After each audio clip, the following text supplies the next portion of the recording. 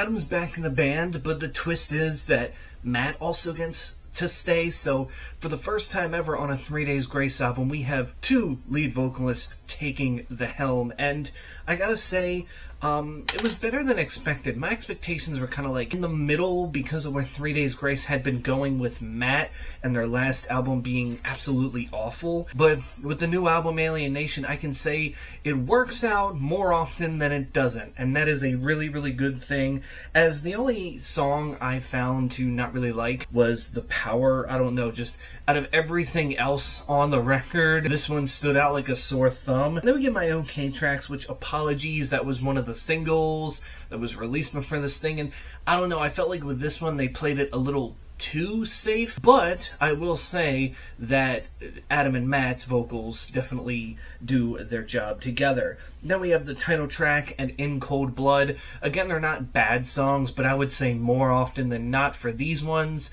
the chorus carries, and that's really about it. But then, when we talk about the rest of the album, boy, it is banger after banger. I mean, Dominate kicks this thing off. Mayday was the first taste we got of this, and it just kind of throws you back to that old 3 Days Grace sound. Kill Me Fast is one of the couple of sad songs on here. In Waves, though, might be my favorite song. I don't know what it is. Just hits you right in the face, and that chorus is excellent. Never Ordinary, which features Lindsey Sterling. She comes in with her absolutely amazing violin playing, and she even lends her vocals in the background. Death Wish is another nice one.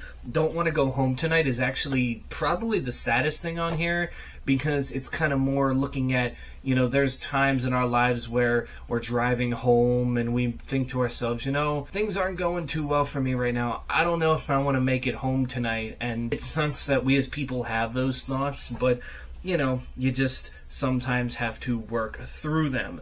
And then the finisher, Another Relapse, is an absolute just excellent song to end. They don't go too soft with it, but it's just basically, you know, Adam and Matt singing about, you know, how they were done with drugs and then they keep getting tempted and they had another relapse. Like, it just goes through a really, really interesting story, and overall just leaves you on a high note. I can say again that I wasn't necessarily expecting a lot from this album, but the majority of it really, really intrigued me, and even the ones that I found just okay at least did something to keep my attention. And there was only one song on here that I could say I won't necessarily go back to, if ever again. I feel like with Adam and Matt both on vocals now, things get a little bit more interesting vocal-wise because they can both do different things. Matt kind of pops in a lot when there's breakdowns coming in, which are here and there throughout the album on some of the heavier songs, so I definitely do like that. And with Adam,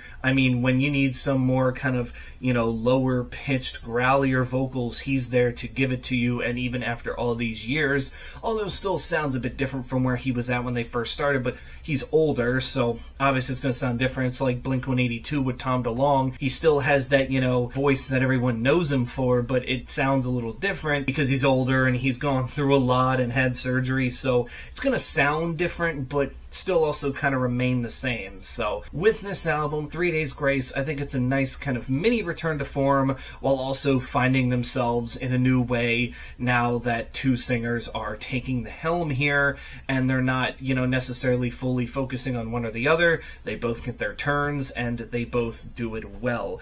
As for rating this thing, I'll give it a 7.5 out of 10. It was enjoyable throughout most of its runtime, and I feel like with where it's at, that is a big step up and big hope for me that 3 Days Grace will be back to at least being consistent on the album front and not just continue making some decent singles while just giving us crap with the albums. I feel like now the albums are going to be back to, you know, being somewhat memorable, and hopefully with Adam and Matt, they can continue bouncing off of each other and doing it in a good way. That's my thoughts on this album. Would really like to hear in the comments below what are your thoughts overall. But until then, that's it for me. Stay safe out there, and I will catch you all in the next one.